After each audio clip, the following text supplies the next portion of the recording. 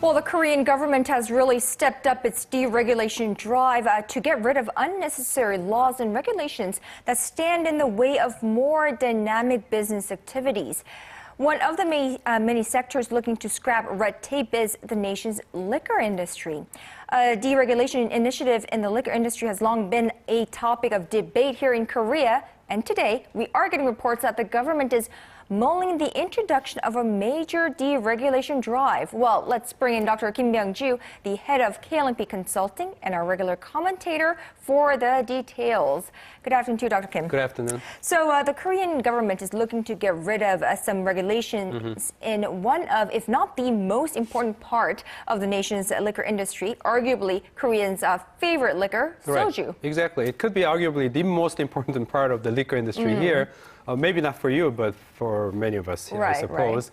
Right. Basically, what's happening is the change is taking place in relation to the bottling process of the soju making itself. So far, soju industry has been heavily regulated. The tradition for the past several decades is that Korean government wants to keep like one soju company for each province. Of course, in each province, we have almost like a duopoly structure. In each case, we have a national brand, Jillo, competing against with one local entities in many of the, not all, but many of the localities. And the way they control this kind of duopoly system itself, or dealing with the market barrier itself, is to give a license to the bottling companies, bottling factories.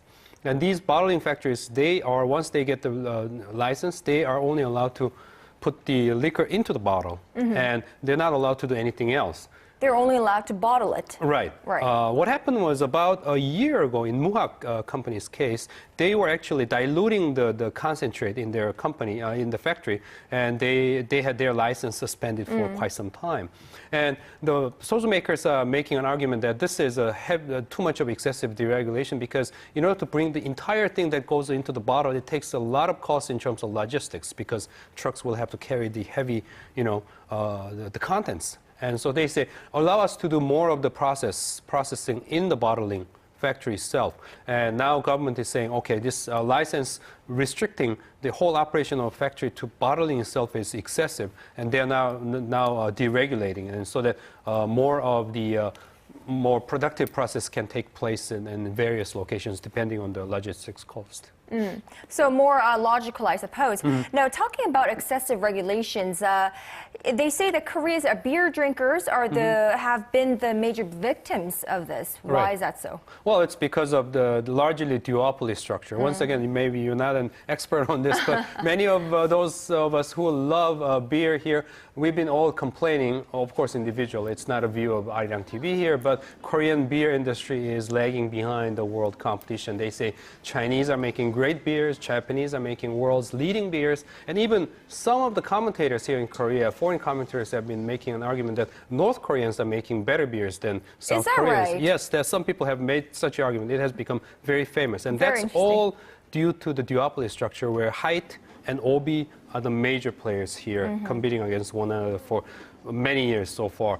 And the form of regulation that keeps this duopoly in place is requiring, has been at least, it has changed, but until recently the regulation has been requiring large size of tanks for pre-fermentation process and then a post-fermentation process.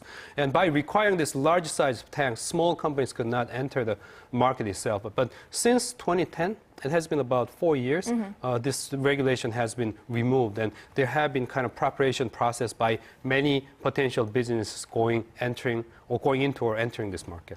You know, it could be the case that, like winemakers, some of the smaller beer makers, with pride in their own making of the beer process, could in fact make it big in the market as well. But that had been regulated, but now they have eased those regulations. Right, they have eased the regulation, and now it's further easing the regulation itself, making it easier for smaller microbrewery entities to introduce their products all around the nation as a whole. So the different bits of regulations are being adjusted so that these microbreweries can produce and introduce their variation of products nationwide here. And also, taxes are being cut for these smaller beer makers big beer makers, they've been paying heavy taxes, and which has become important source of government's revenue source. But now the government is saying we're going to further cut the taxes that are being applied to the microbreweries so that they can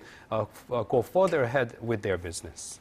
And I suppose we are already in part seeing the results of this deregulation drive. I mean, we have been seeing Hite and OB, the biggest beer producers here in Korea, introducing greater varieties in their products, as well as some big retailers, big names in Korea's retail business entering the beer market. Right, indeed. That's a very important point. On top of the microbreweries expanding their business thanks to the government help and deregulation and all that, even big names, they're making changes. The duopoly players, OB and Hite, as you mentioned, are introducing different kind of beers. So far, Koreans mainly had to consume lager beers, but now they're introducing, these two major players are introducing different kind of ale beers, which has more stronger taste and distinctive,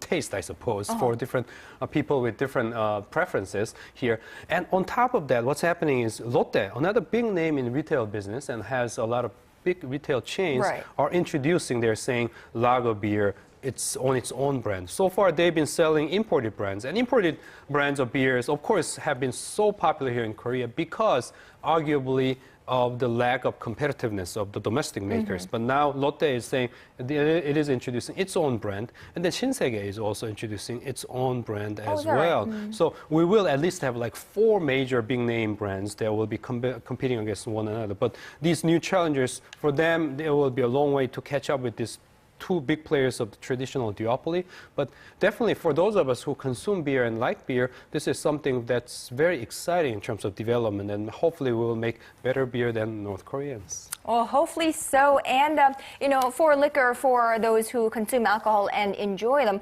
hopefully this will be better news for those consumers. And we hope to see many, many varieties of beer in the market in the future. And one day you will become a beer lover as well. Maybe so, maybe not. All right, Dr. Kim Byoung-joo, thank you so much for today. We'll talk to you tomorrow. Thank you.